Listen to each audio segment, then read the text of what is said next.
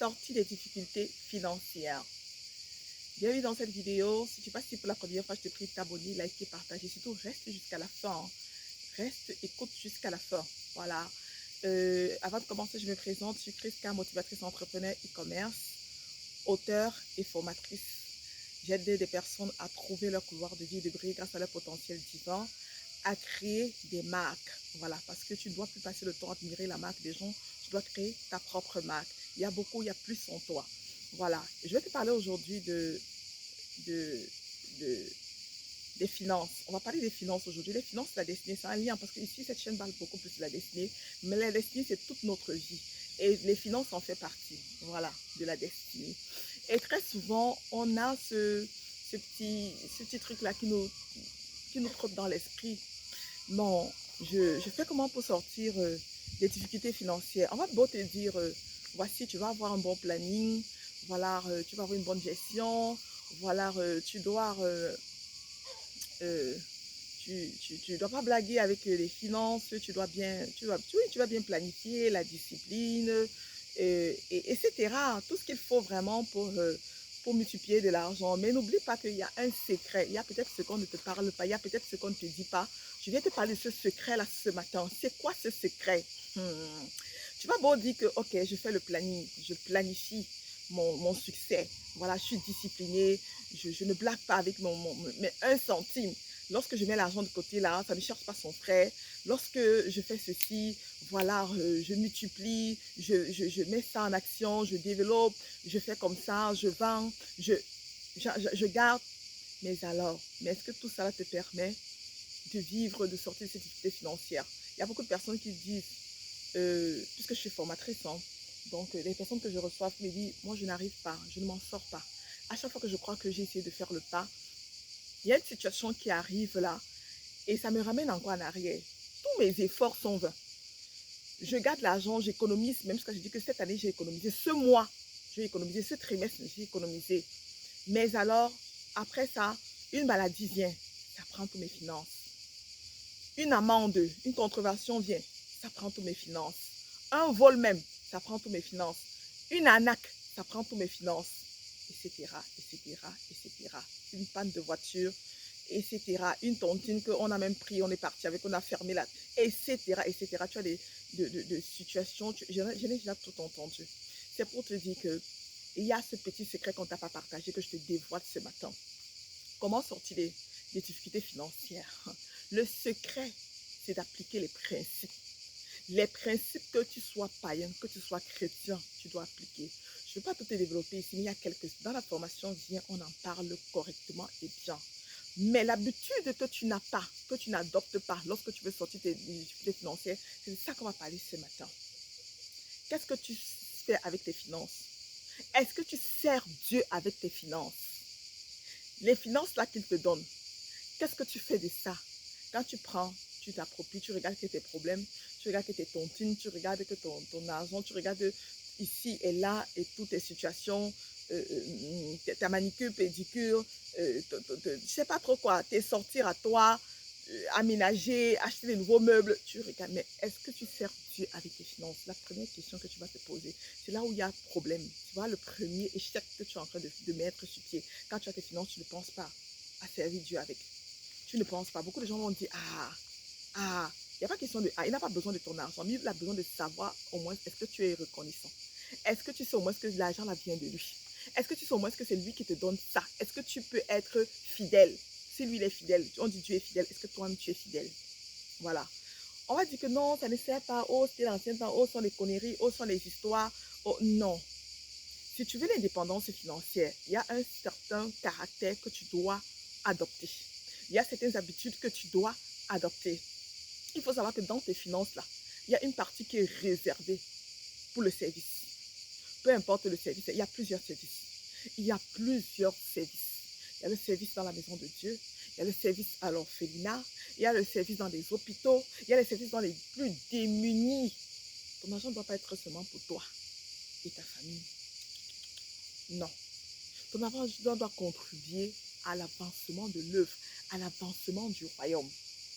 Servir Dieu avec ses finances. Proverbe 3, versets 9 à 10. je t'invite à aller lire ça. Tu sers Dieu avec tous les prémices. C'est écrit dans la parole. Va lire cela.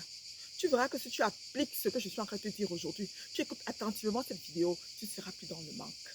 Tu ne seras plus dans le manque. Contribuer à l'œuvre de l'Éternel. Payer sa dîme. On va dire, l'autre vont dire que, ah non, non, l'autre là, alors vous mentez. Les pasteurs, ils aiment trop l'argent. Ne cherche pas à savoir ce qu'ils font de ça. Respecte juste les principes. Payer ta dîme. Malachie 3, verset 10. Va lire cela.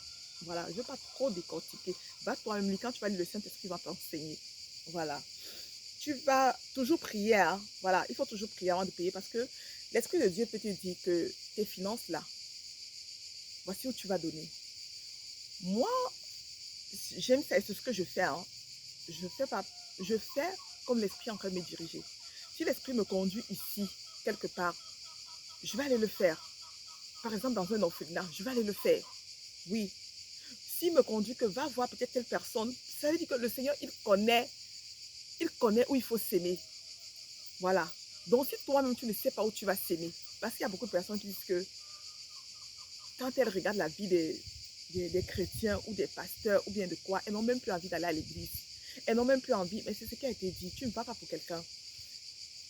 Au lieu de ne pas donner à l'église, mieux encore tu vas donner dans les orphelins, mieux encore tu vas donner aux démunis, aux pauvres là, à ceux qui n'ont pas, qui n'arrivent pas, tous ces lépreux, les gens qui n'arrivent pas à manger, qui n'arrivent pas, les démunis là, va donner.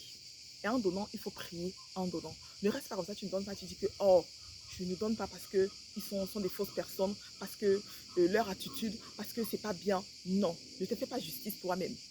Fais ce qu'il y a à faire. Respecte les principes, tu verras. Tu verras que quand le dévoreur va venir, ces actes-là, Dieu va menacer le dévoreur lorsqu'il va arriver. Et tous ces petits bobos que tu rencontres, que tu racontes après que c'est monté, c'est descendu là, ça sera plus ton partage. Non. Parce que tu as respecté les principes. Dieu n'est pas un Dieu de magie. Dieu est un Dieu de principes. Voilà.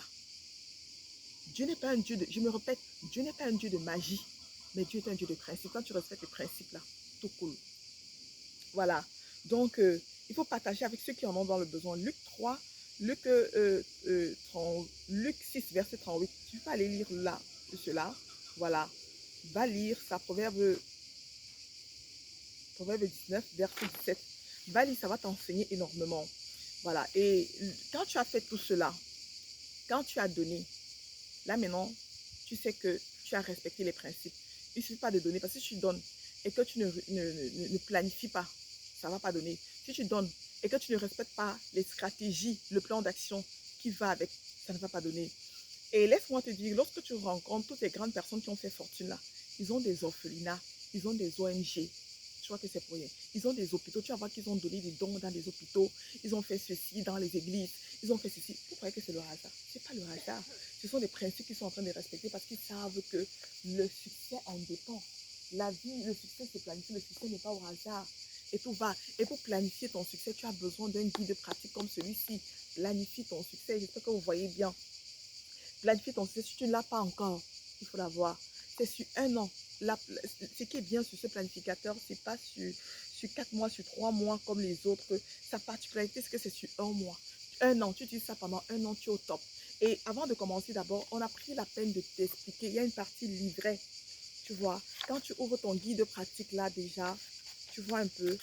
Tu mets ton nom parce que c'est pour toi, ça t'appartient. Moi, j'ai rempli parce que c'est pour moi, c'est le mien.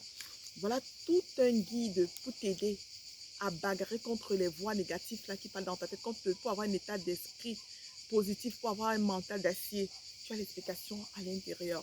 Pourquoi planifier? Tu as ça. Je vais faire une petite vidéo où je vais vous présenter ce planificateur-là.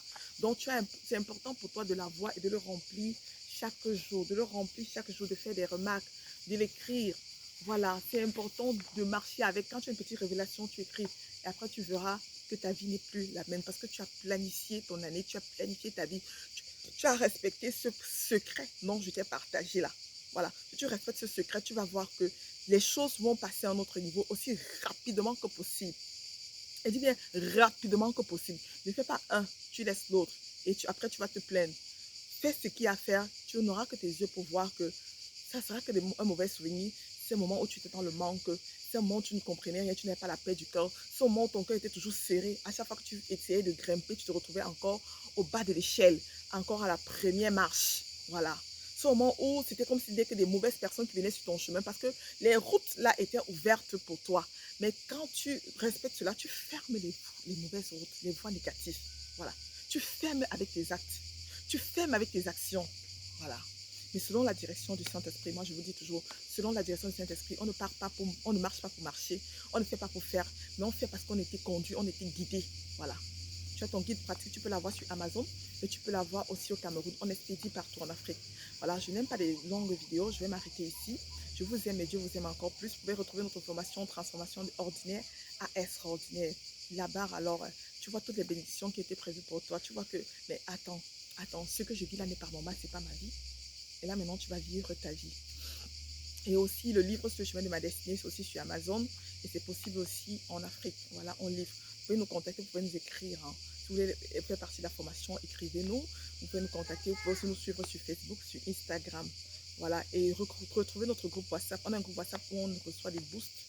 Voilà, 3 fois par semaine. Et ces boosts-là, c'est juste magnifique. Les témoignages qu'il y a dans le groupe là, non. Donc, il faut venir bien dans ce groupe.